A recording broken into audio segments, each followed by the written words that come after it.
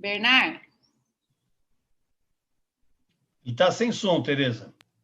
Meu? Pode Agora começar. voltou o som. Pode? Pode. Bom dia para os nossos queridos amigos do Café da Manhã com a Academia. Hoje a gente está recebendo aqui o professor Celso Fiorilo, um dos maiores ambientalistas brasileiros, especialista em direito ambiental. A gente recebeu aqui, professor, a professora Norma, faz 2 semanas, falando sobre empregos verdes, né? Foi me orientando. Sim, nós somos da mesma época da PUC. Exatamente. O professor Celso é advogado militante. Pessoal, não vou ler todo o currículo dele, porque se eu começar a ler todo o currículo aqui do professor Celso, nós vamos ficar a manhã inteira só conhecendo esse professor, que eu acho que muita gente aí já conhece. Quem passou pela PUC, com certeza passou pelo professor Celso Fiorilo, e quem estuda meio ambiente necessariamente tem que ler os livros do professor. O professor é advogado, militante na área do direito ambiental, diretor acadêmico de Direito Ambiental Contemporâneo na Universidade de Salamanca. Bom, professor de longos anos, tem diversos livros sobre direito ambiental e meio ambiente. E é interessante, como eu disse, quem passou pela PUC conheceu essa personalidade do professor Celso Fiorilo, que eu acho, Celso, que você foi o primeiro ou um dos primeiros, o seu grupo, que era aquele grupo de direito difuso que tinha na PUC, a defender as ações coletivas no direito do trabalho, ou seja, uma posição do direito sindical, que os sindicatos fossem tratados como associações, né? E eu tive um prazer enorme, aprendi muito e com muita emoção, foi meu orientador do mestrado, e graças ao Celso eu fiz a tese da legitimidade ativa dos sindicatos nos direitos individuais homogêneos. Isso mesmo. Na época que o TST restringia, falava que não, que sindicato tinha que ter lista, porque senão os trabalhadores não estavam representados. E um tempo depois da apresentação da dissertação, alguns anos depois, o direito do trabalho teve realmente uma evolução e o TST cancelou a súmula que fazia essa limitação. Então, foram anos de estudo, muitos trabalhos que foram apresentados, e isso demonstra a importância dessas nossas discussões e dessa nossa multidisciplinariedade. Ou seja, se não fosse a turma de difusos e coletivos, eu acho que até hoje a gente estaria aqui no direito do trabalho, falando em direito coletivo do trabalho no âmbito da CLT, não é? Exato. Então, é uma das pessoas que eu acho que mais conhece o direito coletivo do trabalho, como ele deve ser, né? E não como naquela proposta mais fechada da CLT, que obviamente tem aí a sua importância histórica, mas que já não cabia mais no âmbito aí das novas relações. Professor, muito obrigada por aceitar esse convite de estar aqui conosco. Eu espero que seja só o primeiro de muitos, né? O primeiro de muitas reuniões aqui. Um prazer. E aí nós já temos o Lauro já está conosco, isso aqui está sendo transmitido no Instagram, a gente está no Zoom. O professor Raimundo Simão de Mello. Grande Raimundo. Um abraço para o professor Raimundo. Ele é nosso confrade na academia. Olha, tem um monte de gente, Janete, a Ana Paula Patino, que é minha querida amiga lá da FAAP, uma querida, quero ver se ela vem aqui falar do direito da amante, né? Vou ligar para ela depois, também foi sua aluna, eu acho. Olha, estão passando aqui diversos alunos, mas eu vou parar de falar, que eu estou falando demais, e eu queria ouvir um pouco a respeito dessa questão ambiental toda, a saúde ambiental, o meio ambiente do trabalho. Quando que isso passou a interessar para os profissionais da justiça? Qual a importância disso? E agora, em época de Covid, o que mais a gente está falando? Inclusive, o Raimundo tem participado aqui conosco de vários eventos. dessa questão de que a Covid ela vai atingir várias questões ambientais com relação à incidência da Covid ou não, que tem afetado, já está aparecendo na justiça. Queria ouvir um pouco do senhor a respeito disso. Tá. Bom, Tereza, antes de mais nada, agradecer a oportunidade de estar com você. É uma pessoa muito querida, uma pessoa que eu acompanhei, não só sua atuação como magistrada, que atuando concretamente no dia a dia das lides que envolvem o capital e o trabalho, mas principalmente como alguém que gosta de estudar, é uma pessoa que gosta de ir além dos temas que são colocados de uma maneira tradicional. E é exatamente por conta disso que, em muito boa hora, a Academia Brasileira de Direito do Trabalho tem você como uma pessoa que faz esse relacionamento que envolve diferentes, vamos chamar assim, personagens que atuam no campo da ordem econômica, né? E, de fato, a questão do meio ambiente, do trabalho, da saúde ambiental, ela começa a ter uma importância específica.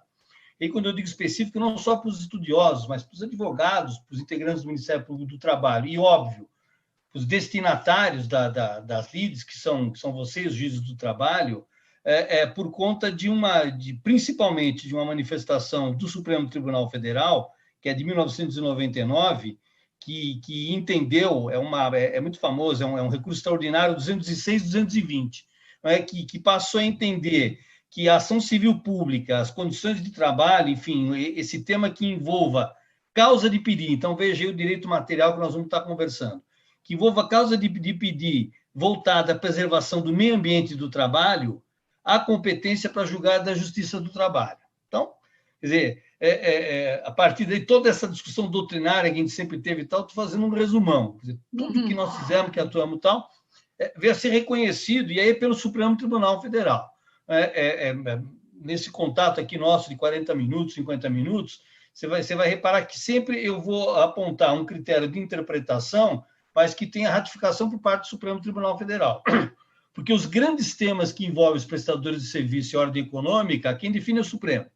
Tá? Então, quer dizer, ao contrário do que você deve estar muito habituada, até os palestrantes falam muito do TST, do Tribunal, quer dizer, todas as minhas questões eu quero apontar exatamente a incidência do Supremo Tribunal Federal, porque o tema que envolve o meio ambiente do trabalho é um tema constitucional, né? Então, esse é o primeiro aspecto. Ora, a partir do momento que o Supremo entende que as questões que envolvem o meio ambiente do trabalho são de competência da Justiça do Trabalho, né, já se apontou uma ideia da incidência de um direito material constitucional, né, que, embora esteja, vamos dizer, na base da dignidade da pessoa humana, sem saúde física, psíquica, não existe dignidade da pessoa humana. Então, quer dizer, a base interpretativa do que nós vamos conversar, ela tem como fundamento o primeiro e o terceiro, né? E quando a gente fala, então, de dignidade da pessoa humana, logo se fala em dignidade concreta se você não tem a sua incolumidade física e psíquica assegurada, né? Veja que, por coincidência, por falar em interesse difuso, hoje a gente vive com uma pandemia que nada mais é do que uma lesão a esse direito material à saúde que nós vamos conversar, que afeta o Brasil e o mundo, né? Vai para além do artigo 1º da Constituição Federal, para além do critério da soberania. Então, veja que essa questão que envolve exatamente a saúde, em primeiro lugar, ela não se confunde com um tema que, tradicionalmente, historicamente, o direito do trabalho sempre lidou, que é a saúde vinculada à atividade do trabalhador. A gente sabe que desde a primeira Constituição Imperial até a Constituição antes da de 88, se falava assim bem pouquinho de saúde, se falava um outro tema de saúde vinculado ao direito do trabalho por conta aí da própria evolução histórica. Você citou a CLT, eu sei que tem muita gente que ainda discute saúde ambiental com base em norma regulamentadora, que é um erro, né? Pelo menos para o cliente dele, mas não estou aqui para ensinar advocacia. Quer dizer, o critério central, fundamental, qual é? É que quando a gente fala de meio ambiente do trabalho, o primeiro aspecto, esse é um termo criado na Carta de 88. Então, em primeiro lugar, antes de 88, não existia, sob o ponto de vista do princípio da legalidade constitucional, o direito ao meio ambiente do trabalho. Claro, simples, didático assim. Quer dizer, o termo, ele vem apontado na Constituição de 88, no artigo 200, no inciso 8º, e exatamente por estar apontado num dispositivo que está adaptado à saúde, quer dizer, para entender o que é meio ambiente do trabalho, tem que entender qual é o direito material que está vinculado ao meio ambiente do trabalho, que é a saúde. Então, tem que ficar muito claro que não se domina meio ambiente do trabalho se não se dominar dever, direito, obrigação e sanção vinculada à saúde da pessoa humana. Então, o ponto de partida qual é? Por que o meio ambiente do trabalho acabou ficando importante para quem atua no dia a dia do trabalho? Primeiro, o Supremo passou a reconhecer que os conflitos de interesse que envolvam saúde neste meio ambiente do trabalho são de competência da Justiça do Trabalho. E segundo, que é super importante, que foi a interpretação dada pelo Supremo Tribunal Federal, uma ação direta de inconstitucionalidade muito famosa, que é a 3540, que ao interpretar o que é direito ambiental no Brasil, explicou que não existe um direito ambiental, né? Que é o famoso, é o hermenêutica Rede Globo de ser, essas bobagens que ficam discutindo hoje, porque está queimando, não está queimando a Mata Amazônica, quer dizer, mais do mesmo. O que é direito ambiental para a Constituição Federal? Né? E aí já na interpretação do Supremo, para não dizer que é minha, acabou até colhendo o que eu dizia, mas não é minha, é do Supremo Tribunal Federal. Quem quiser vai lá na DI 3540 e lê. Ele estabelece que a relação jurídica ambiental pressupõe 4 aspectos centrais. Portanto, não há um meio ambiente e não há um bem ambiental, existem 4. Então, é o Supremo Tribunal Federal, o relator, o já saudoso o ministro Celso de Mello, que dizia, olha, são as normas vinculadas ao meio ambiente natural, artificial, cultural e laboral.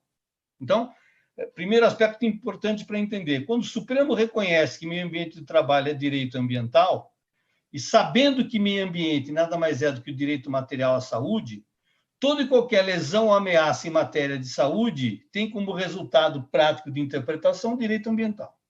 Tá? Então, dentro desse contexto, então, quais são as características normativas da saúde? Porque é isso que você falou, a gente está muito regulado e muito apegado à questão das instruções normativas, não é? Isso. Que, aliás, desde o ano passado tem sido feita uma revisão aí, a gente já não está um pouco perdido, sem saber muito bem o que está vigorando, o que não está vigorando, e isso me parece que afeta fortemente as empresas.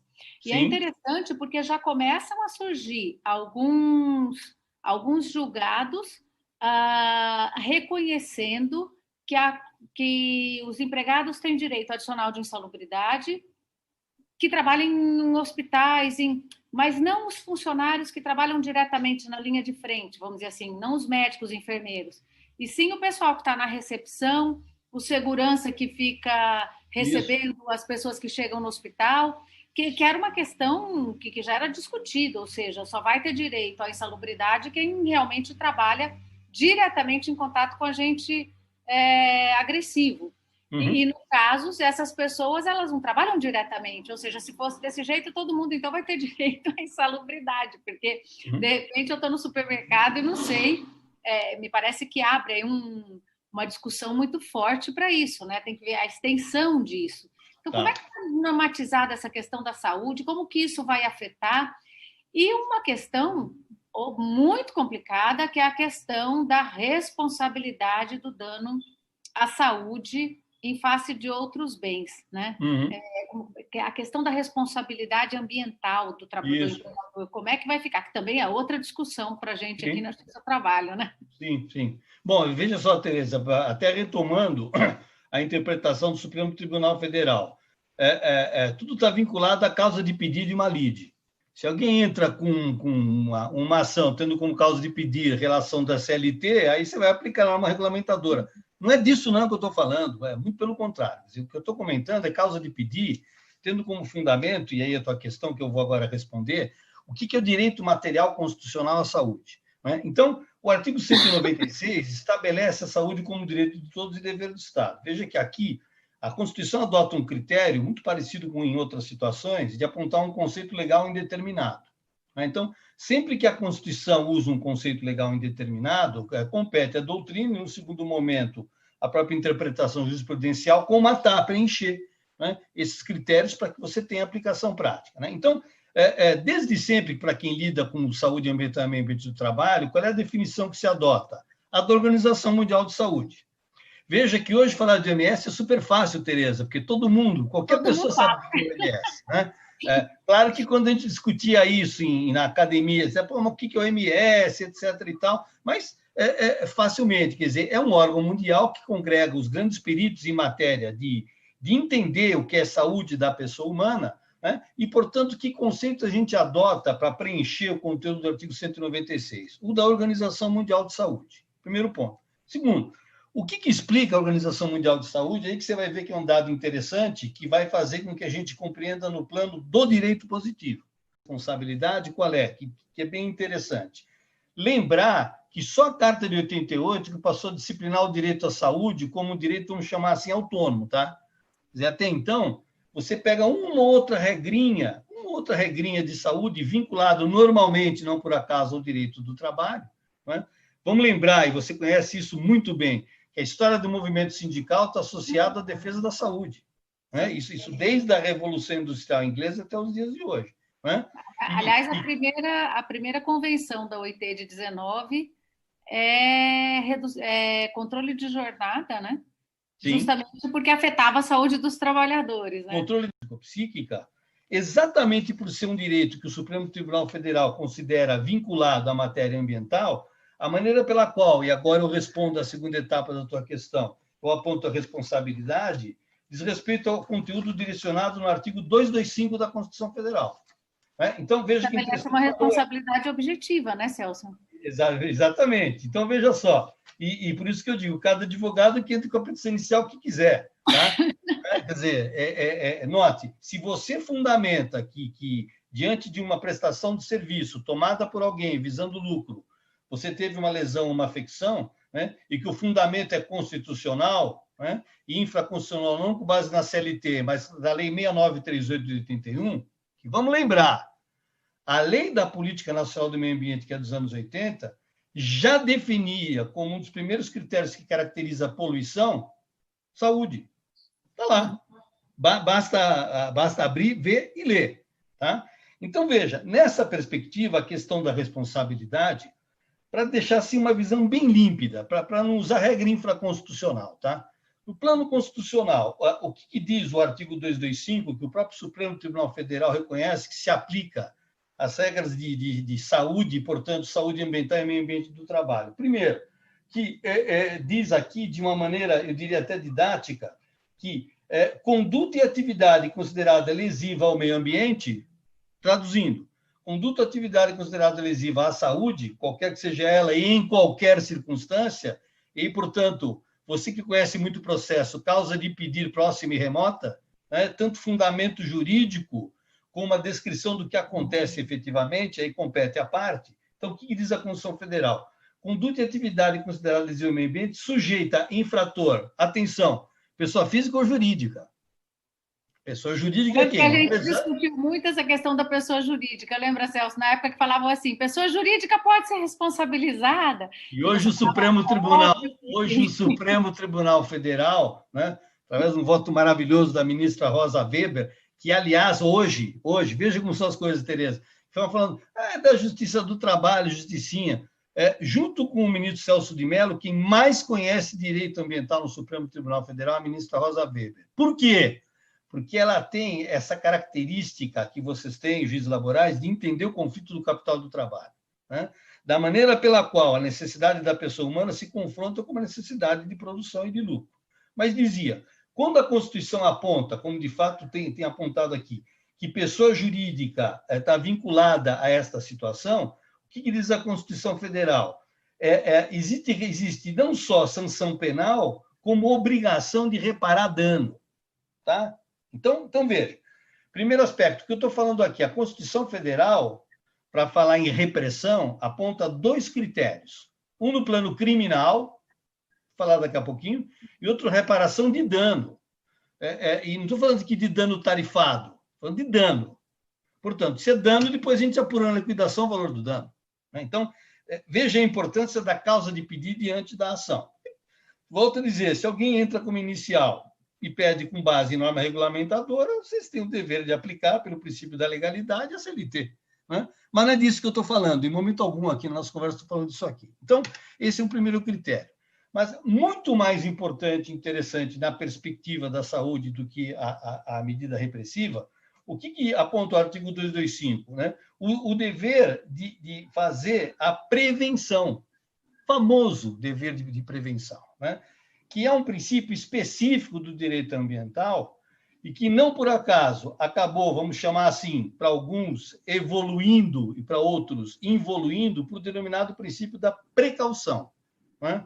Veja que princípio da prevenção e princípio da precaução, o princípio da precaução foi inventado pelo Supremo porque não tem norma, mas o Supremo hoje em dia está legislando, paciência, não posso deixar de considerar, né?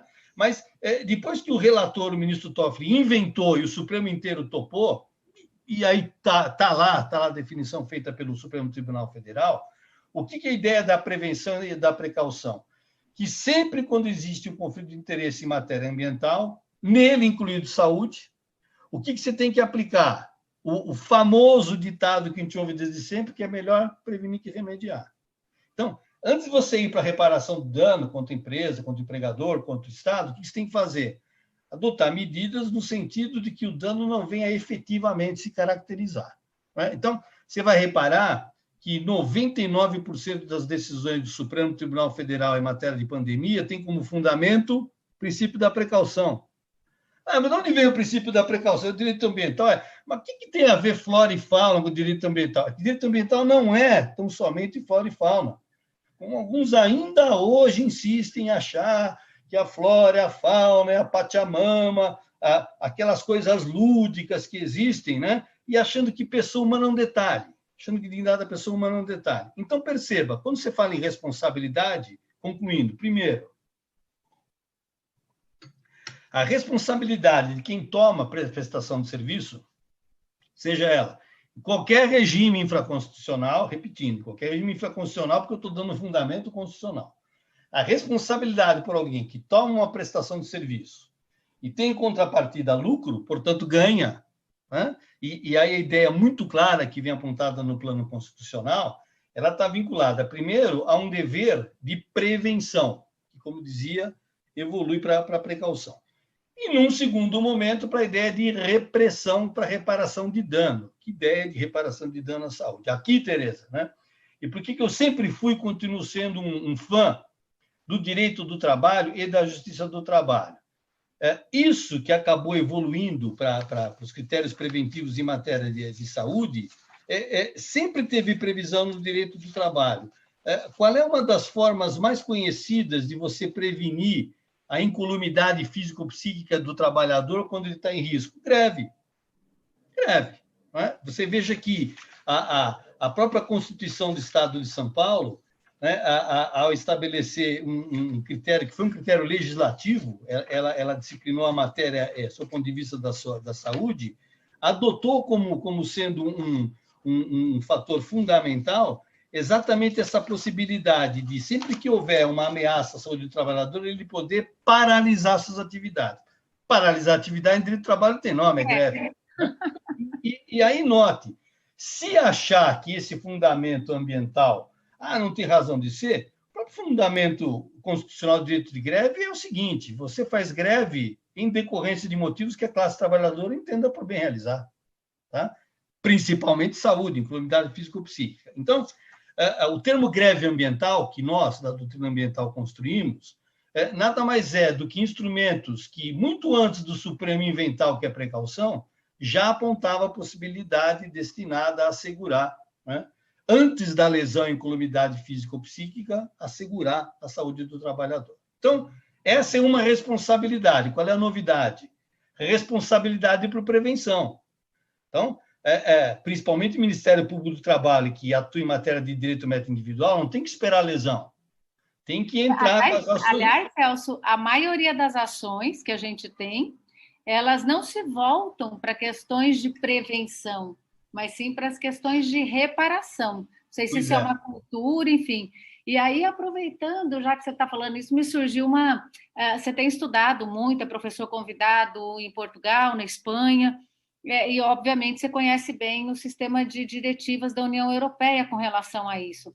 E eu acho que, não sei se é uma impressão minha, mas eu acho que aqui a gente explora nada a questão do princípio da informação, não é? Sim, porque, na verdade, a questão da informação ela está muito ligada à questão da prevenção. E isso é uma Sem coisa dúvida alguma. Claro, a CLT fala que o trabalhador, o empregador tem que dar treinamento e etc., mas não basta o treinamento. O que a gente vê no dia a dia, ainda mais até por uma cultura brasileira, é que a pessoa esquece o treinamento que fez, né?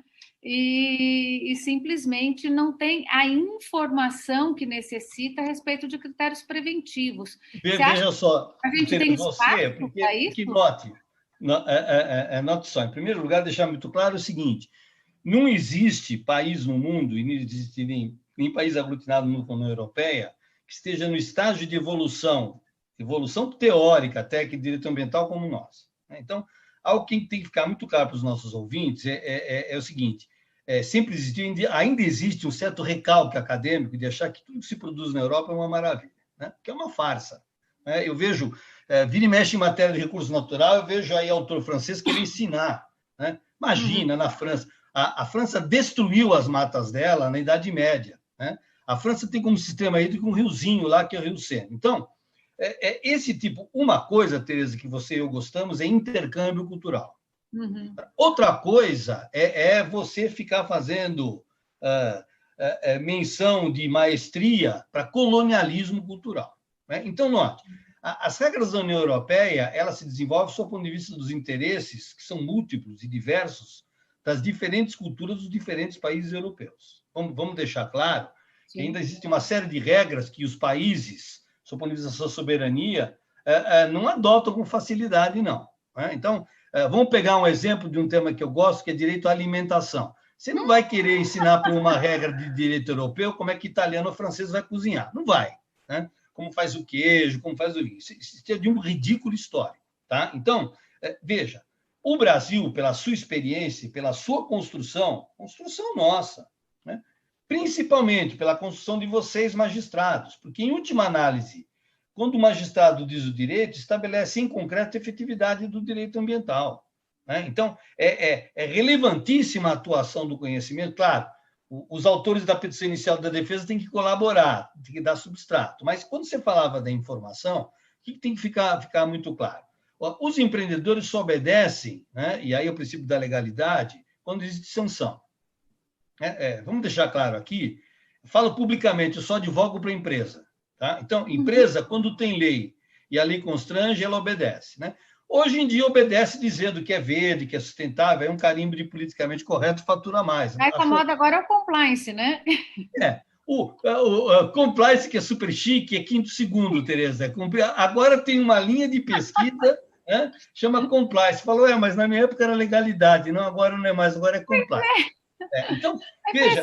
É que a gente está falando a mesma coisa faz 20 anos, 30 anos, e só vai mudando o nome, né? Não é impressão, não, Tereza. É realidade, é verdade verdadeira, entendeu? São essas maquiagens, né, que vêm no tempo e no espaço. Agora, o que eu acho muito interessante e importante é o seguinte: está positivado o tema.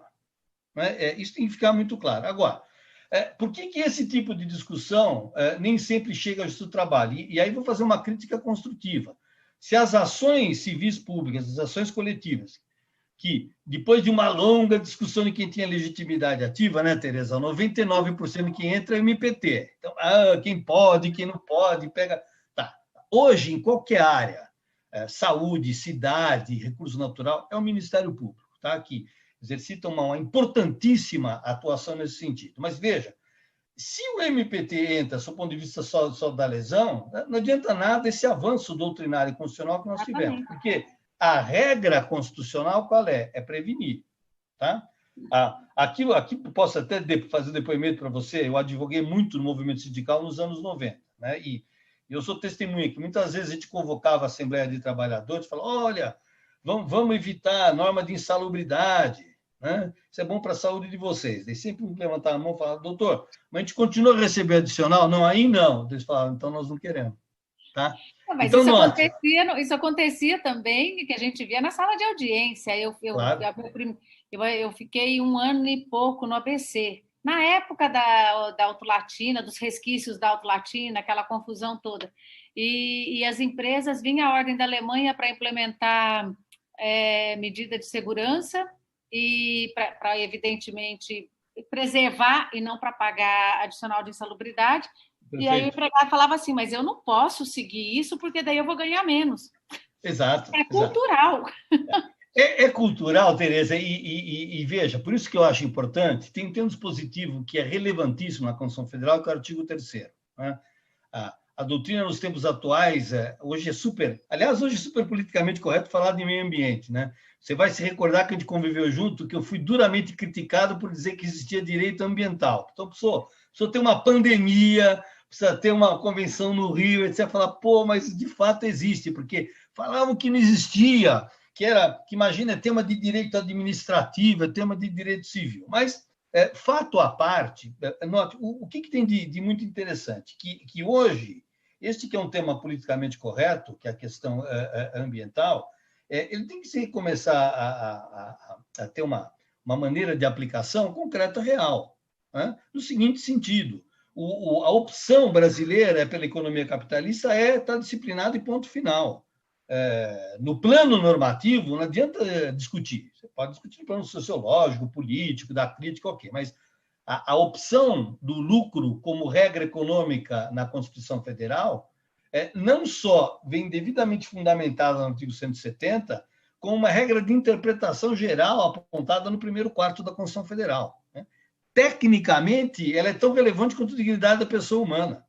As duas estão lá. Estão no artigo 1º, inciso 3º e 4º. Ou seja, qual é a mais importante? O Supremo, todo dia, toda hora, tem enfrentado essa questão. Veja que, inclusive, com base nessa ideia de que não é só um princípio, que o ministro Fux, que é um profundo conhecedor de processo e vai agora assumir a presidência, acabou com essa conversa, que era uma tese inventada pelo Ministério Público, do princípio do não retrocesso.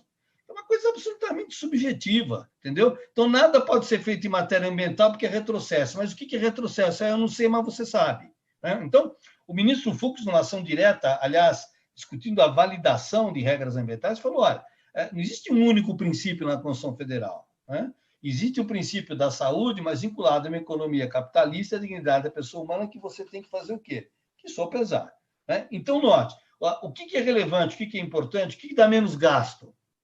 Então vamos para a ideia, agora defendendo o empresário, que eu sou obrigado a fazer profissionalmente. É prevenir, né? Então, não precisava ter uma invenção que, insisto, está em vigor pelo Supremo, do princípio da precaução, para você ter uma política racional, do ponto de vista do uso da maneira que o prestador de serviço atua, né? Então, essa visão, note, não é nada inventado, está na Constituição Federal. Está há 30 anos, Tereza. Mais de 30 anos, entendeu? Então, veja, esse direito à saúde, que tem que ser interpretado, para aqueles que, como eu, atuam na atividade empresarial, pressupõe uma conversa do advogado com a empresa de gestão. O advogado passou a ser gestor. Porque o que vai acontecer? E você que é juíza sabe disso. Responsabilidade objetiva, não adianta falar que foi sem querer, que tinha EPI, não adianta. Tá certo? Quer dizer, você pega, e aí jurisprudência também do Supremo Tribunal Federal. E o que nós estamos falando é que, em matéria de saúde ambiental e meio ambiente de trabalho, a responsabilidade é objetiva. Fez, paga. Tem que mostrar o nexo? Tem que mostrar o nexo. Mas caracterizado o nexo, vai ter que pagar. As empresas vêm, reclamam, assim não é possível. Mas você sabia disso, né? Nenhuma empresa que eu advogo, Tereza, pode argumentar que não sabia disso. Nenhuma. Então, você vai advogar para a empresa, tem problemas, podem ocorrer problemas, o que você tem? Qual é o seu dever? Fala, olha, pode acontecer isso dessa forma, dessa maneira, nesse sentido. Então, você veja que, a partir do momento que o Supremo entendeu que matéria de meio ambiente do trabalho é um tema do dia a dia, da judicatura laboral em todas as instâncias, tem que ficar muito claro que não adianta ter esse apontamento por parte do Supremo se você continua a discutir, e aí a culpa é de quem usa, e a usar um tipo de fundamento jurídico da década de 40 para um tema que está normatizado no século XXI. Né? Aí não vou ensinar como isso para os nossos lugares. Agora, não precisa, né? Não precisa. Portanto, o que tem que se mudar enquanto mentalidade é que se tem uma mentalidade preventiva. Tem mais um argumento. Trabalhador treinado que fica doente é um prejuízo violento, Tereza. Violento. Inclusive, o Observatório Nacional de Acidentes, ele vai dando, por minuto a minuto, a quantidade de prejuízo, e é uma coisa engraçada, porque eu estava escrevendo um artigo para publicar na revista da Sorbonne, e eu coloco lá a questão do prejuízo financeiro que causa para o Estado e para o empregador não fazer prevenção ou permitir, entre aspas, né, que possa acontecer acidentes e doenças dentro da empresa. E aí a professora francesa falou assim para mim: nossa, mas que estranho você ver a questão da saúde sob o aspecto econômico. E eu pensei comigo, se eu não falar no aspecto econômico, como é que essas pessoas Mas, vão Tereza, mas é por isso que eu falar em estou... prevenção? Ô, Tereza, você está levantando a bola para mim, os meus amigos dizem que eu tenho implicância com doutrina francesa, mas tenho mesmo, não é? Porque a arrogância francesa, isso não é todos, eu tenho muitos amigos, mas estou fazendo uma crítica geral. Normalmente, a gente vê alguns colegas da França, principalmente nessa área que é a área ambiental, querem ensinar para nós para o vigário. Então, tem que ficar claro o seguinte, a construção do direito francês não é baseado na responsabilidade objetiva, ponto 1. É baseado na responsabilidade subjetiva. E ponto 2, é aquela coisinha tradicional ainda do século XIX. Então, quando surgem esses grandes temas de envergadura real, não há tema mais importante do que a nossa saúde, não há, né? Não é tão difícil chegar à conclusão que a economia capitalista usa exatamente da saúde das pessoas para ter lucro. Não precisa ser o Piketty, não precisa ser uma grande autoridade da economia. Isso é simples assim. Foi, continua sendo e assim será, né? Com a novidade que a pandemia nos trouxe, no sentido de apontar que quando vem realmente uma lesão difusa, esse é um exemplo que há 20 anos atrás a gente não podia dar, que tinha a questão da soberania, do espaço, falava, porque a poluição, lembra? Agora, veja, a pandemia pega geral, né? No mundo inteiro, em todos os espaços territoriais, a pessoa adoece. Então veja, e aí um tema que você pôs que eu quero deixar bem claro aqui, a responsabilidade sob a ótica da saúde ambiental, quando o parágrafo 2º diz que, efetivamente, conduta e atividade impõe pessoa física e jurídica, nela, deixar claro, nela incluída a pessoa jurídica de direito público interno. Então, não é só para atividade econômica. Eu pergunto, o Executivo, Legislativo e Judiciário, eles não são responsáveis, do ponto de vista da atuação de prestação de serviço? Né? Vamos pegar um exemplinho aí de leve, para você ver o tamanho da encrenca. Atividade policial, não submete situações... Porque, veja, se é uma atividade estatal, você tem que ter, entre aspas, os EPIs constitucionais. Você tem que ter. Celso, não vou muito longe. A questão dos servidores públicos datilógrafos de audiência. Pronto. Faz a conta do número de servidores datilógrafos de audiência que tem problema de ler e que ficam escondidos. O problema do assédio moral e sexual dentro do poder público. E que a Justiça Federal, que é responsável por julgar isso, tem uma posição muito dura que vitimiza mais do que resolve. Ou seja, existe um julgamento, se você pegar os julgamentos que tem dos poucos que ingressam, né? Inclusive, eu estava conversando com o Sindicato dos Servidores Públicos a respeito de questões relacionadas a assédio moral dentro da Justiça, e o sindicato tem várias reclamações e falou que a atuação é muito tímida, porque todas as vezes que eles tentam fazer alguma coisa, existe como é que eu vou dizer, um certo preconceito de se abrir para isso. Bom, mas o CNJ sabe, tanto que o ano passado, uma das políticas do CNJ foi implementar ações dentro dos vários órgãos do Poder Judiciário, justamente para poder resolver a questão do assédio. São pontos muito complicados, né? Tereza, mas você quer ver... Não é? Mas você quer ver como resolve? Por isso que eu digo para você, é fácil ver, a coisa resolve quando você tem um instrumento normativo forte. Então, nós estamos vendo essas dificuldades, etc., prevenção e tal. Vamos para a questão criminal. Primeiro, quando você fala de matéria criminal, a conversa muda, tá? Então, uma coisa, você vai ser condenado, você vai fazer... Outra coisa é o seguinte, olha, você pode tomar um flagrante, aqueles flagrantes que já são comunicados preventivamente para as redes de TV e eles humilham, submetem o empresário, né, à execração pública internacional. Então, o que diz o tema de saúde mental no plano criminal? O artigo 54 da Lei 9605. A Lei 9605 é uma lei, e isso pouca gente presta atenção, que ela dispõe sobre sanção penal e conduta e atividade lesiva ao meio ambiente. nele incluído do trabalho. Não é só para recurso natural. Tanto é que o artigo 54 só fala de saúde. Então, veja, é uma lei que está em vigor desde 98, né, que aponta situações e circunstâncias criminais para quem comete delitos, que nós estamos falando em matéria laboral. Alguém quem? Pessoa física ou jurídica, direito público ou privado. Está na Constituição Federal. Bom, ponto 1. Causar poluição de qualquer natureza em níveis tais que resulte ou possa resultar em danos à saúde humana. Esse é o tipo, Tereza. Então, veja, o que diz o artigo 54? Ele põe ali a pena apontando reclusão de 1 a 4 anos. Então, não, é um dos poucos exemplos. Eu acho a lei criminal super fraquinha, mas essa é uma exceção, porque é um dos poucos exemplos que aponta reclusão. Então, não, é um problema concreto, é um problema real que vai apontar aqui. Então, veja, aonde eu quero chegar. Dependendo de como você domina os instrumentos de tutela ambiental, você tem mais ou menos efetividade. Tá? Quero deixar aqui muito claro. Não adianta falar mal do judiciário. Ah, mas o juiz não fez... Bom, mas você submeteu uma petição inicial estabelecendo quais são os fatos e que tipo de incidência normativa você pretende seja recebida pelo juiz? Não, então reclama, pô. Né? Porque o juiz não age de ofício. É verdade. A gente volta na questão do enquadramento correto da norma, né? Tereza, país que não obedece legalidade não é democrático. Desculpe, se fala muito de democracia, né?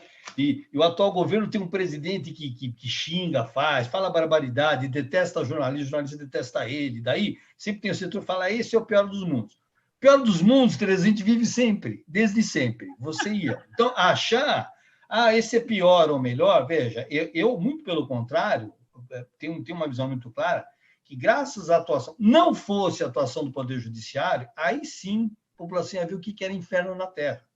Porque o que acontece? Existe barbaridade, existe bobagem de parte governamental, mas o Poder Judiciário tem colocado balizamento. Né? A gente vive a mais plena, geral e restrita democracia que a gente já viveu. Eu falo isso por experiência de vida. Tá? Experiência de vida. Você sabe que eu tenho como hobby estudar história. Não estou nem dizendo história. Estou dizendo o seguinte. Sob a ótica democrática, o Poder Judiciário tem atuado de uma maneira absolutamente efetiva. Agora, o que não pode? Se empolga e começa a fazer lei. Aí também, quer dizer, aí vira monarquia tropical. Né? Quer dizer, faz a lei, olha, vou aproveitar e vou comatar, faça isso, faça aquilo. Eu tenho visto decisões do Supremo, com todo respeito, Tereza, de gestão estatal. Gestão estatal, né? Ou então, o que se faz? Está super na moda. Aí a gente entra em segurança jurídica, né, Celso? Total. E sabe o que tem sido feito agora que está super na moda? Audiência pública. Daí chama o fulano, chama a ciclana, chama o beltrana, faz uma coisa, rádio, TV, né? Então, veja, essa vocação para o estrelato, eu sei que é agradável, mas com todo respeito, ministro do Supremo não tem que ficar atuando com vocação para o estrelato. Principalmente ministro do Supremo. Por que eu estou dizendo ministro do Supremo?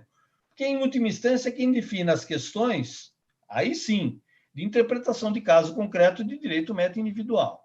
Então, para que não seja paradoxal o que eu estou falando, porque eu estou sempre invocando as decisões do Supremo. Gostando ou não gostando, achando interessante ou não, tem sido fundamental a atuação do Supremo Tribunal Federal na efetividade do meio ambiente do trabalho e da saúde ambiental. Tem sido fundamental. Tá? Agora, qual é a minha crítica? É que às vezes um outro se empolga, né? Você tem lido isso, a crítica. Resolve um negócio que assim arrebenta o país. Daí toca marcar uma sessão do pleno, para não, calma, vamos devagar, etc. Então, eu acho que nós temos o tema muito bem posto no plano normativo, né?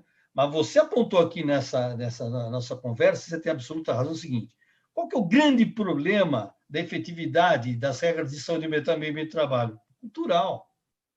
Você não aprende nem na escola, Tereza. E volto a invocar teu testemunho. Você, quando era aluna de mestrado, você vê que era uma barbaridade falar de direito ambiental. Né?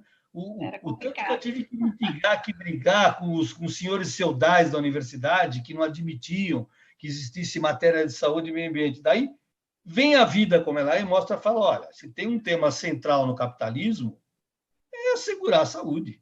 Né? Isso vai desde os magistrados, integrantes do MP, das autoridades de alta linha, até a pessoa no dia a dia. Então, acho que tem que ficar muito bem definido. Não estou aqui propagando a ideia de uma indústria de indenizações. Ao contrário.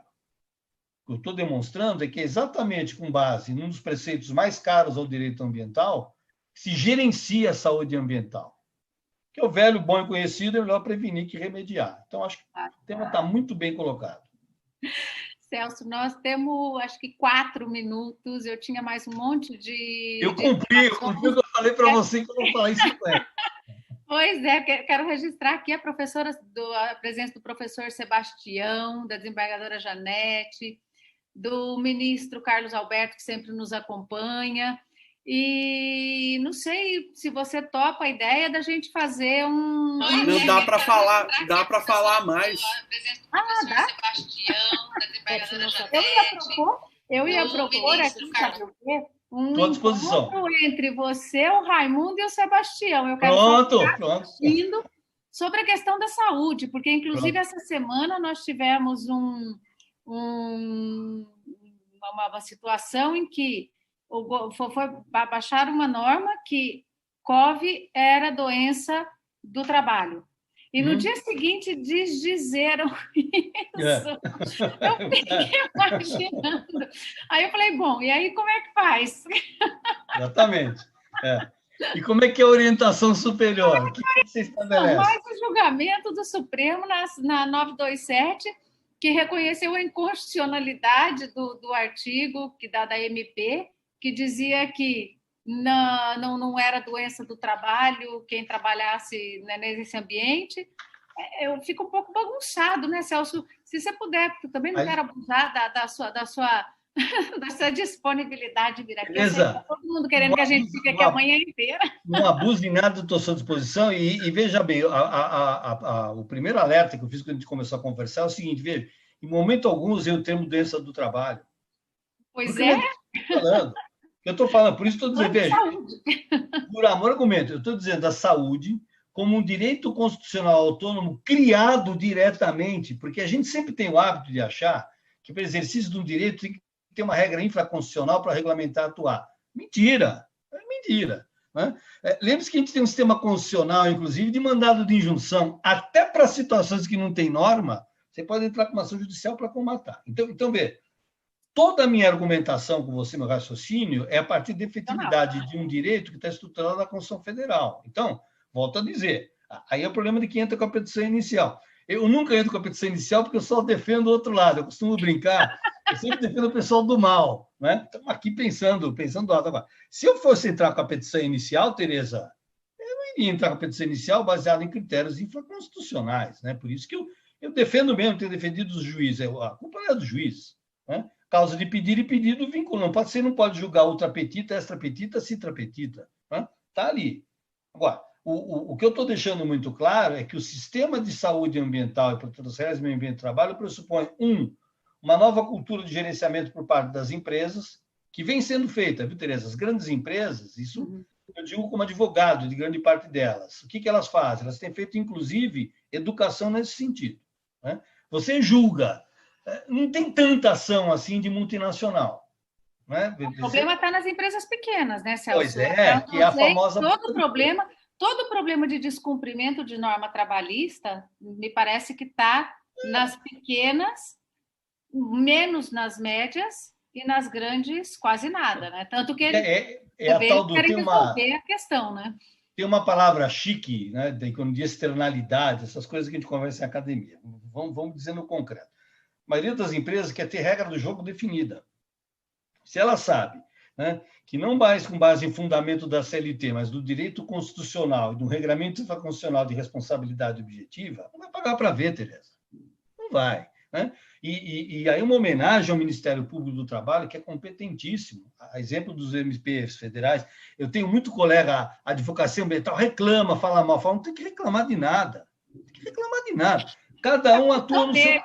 Tereza, cada um atua no seu papel. Você quer o quê? Que prevarique, que ele não entre com a petição inicial? Quer dizer, compete ao advogado estudar e levar ao âmbito do Poder Judiciário sempre com base na legalidade. Insisto, democracia é quinto segundo. Você é obrigado a fazer ou deixar de fazer algo em virtude de lei. Então, o que eu nunca desenvolvi no plano da saúde ambiental é argumento infraconstitucional. Nunca. Né? Então, o que eu estou demonstrando para você? Que a Carta de 88 ela individualiza o direito da saúde como sendo, primeiro, um direito que corresponde ao conteúdo do primeiro terceiro, né? Impossível dignidade da pessoa humana sem que tenha assegurado a incolumidade dela física ou psíquica.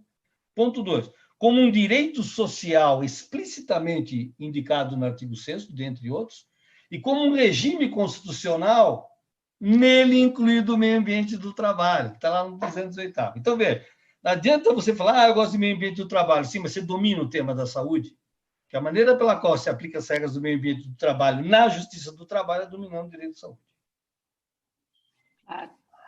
Olha, eu fazer o seguinte, Celso, a gente encerra e, se você me permitir, eu vou organizar um encontro, o grande encontro, né? Não é... Está topado. Não é o grande encontro nordestino, mas o grande encontro ambiental entre você, o Sebastião, o Raimundo, e vamos ver se o Ney também poderia estar, que são os nossos grandes especialistas dentro da academia em direito ambiental.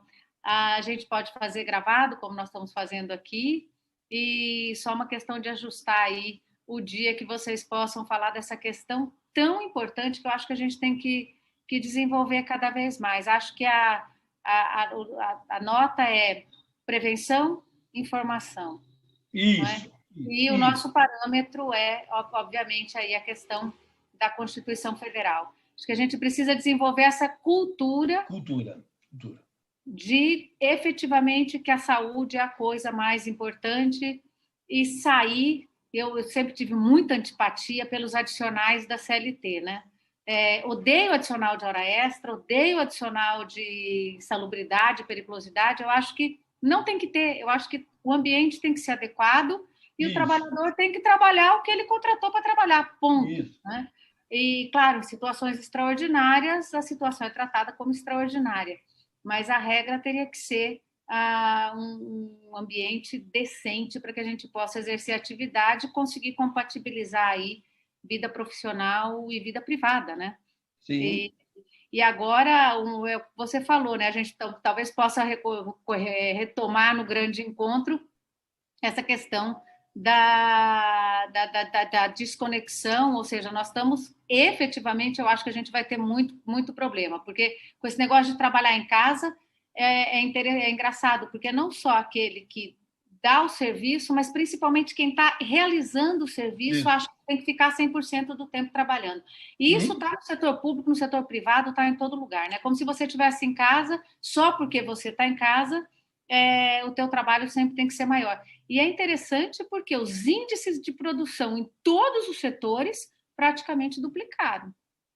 Né? Claro, dentro do que você está falando, não vai interessar para a empresa voltar com a continuidade do serviço dentro da malha empresarial, porque se você produz muito mais com muito menos custo em casa, por que você vai querer que o cara volte para trabalhar na empresa? Exatamente, Tereza, exatamente. E isso, veja, e quero dizer que estou à disposição para a gente dar continuidade e conversar sempre um prazer ouvir os colegas, para dizer o seguinte, a pandemia, inclusive, está redefinindo, do seu ponto de vista teórico, o que é meio ambiente do trabalho. Porque até então... definir esse tema, a redefinição do meio ambiente de trabalho no marco da pandemia. Exatamente. Eu fiquei o TRT aqui de Campinas, eles sempre fazem um evento, né? Que é justamente por coincidência esse evento famoso, eles pediram para eu falar sobre isso, que é o que nós estamos conversando, mas pós-pandemia. O que eu acho que é extremamente relevante? Em primeiro lugar, né, discutir um pouco se ainda existe trabalho. Esse é um primeiro ponto. Meio ambiente de trabalho, mas nem tem trabalho. Quer dizer, você tá discutindo o quê? Ponto 1. E ponto 2.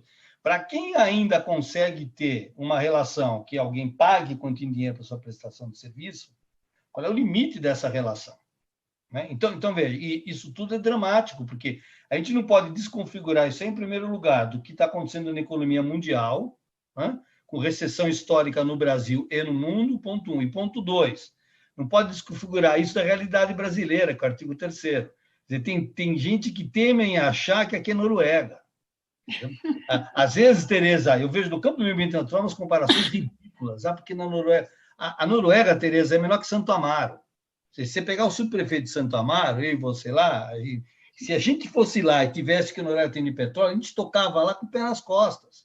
Mas falaram, porque a Noruega, a Suécia, eu não estou falando de bairro. O Brasil é um país, Tereza, 211 milhões de pessoas, quinta extensão territorial do mundo, maior reserva de biodiversidade do planeta e maior exportador de alimentos. Vai administrar isso, né? Ah, pô. Não é para amador, não. Valente de internet, nós dois também somos. Xinga, fala. Agora quero ver lá o dia a dia. Celso, então, olha, já tá. Só vou fechar a data. Tá bom? E aí a gente já fica com esse tema. Aguardamos o próximo encontro. Aguardamos o próximo encontro. Tá muito bom, querida? Obrigada, Celso. Estou muito feliz em te ver. Eu fazia questão de estar nessa live, sabe o quanto eu te admiro. E, na verdade, querida. Você é o meu professor, né? O meu Obrigado, mestre. Obrigado, querido. Um prazer em te ver. Muito Até a próxima. Em nome da academia, eu te agradeço e bom final de semana. Bom final de semana a todos aqui que nos acompanham pelo Instagram. E voltamos aí para o nosso grande encontro. Um beijo Tá bom, grande. querido? Um beijo. Tchau. Tchau, tchau. Tchau, tchau.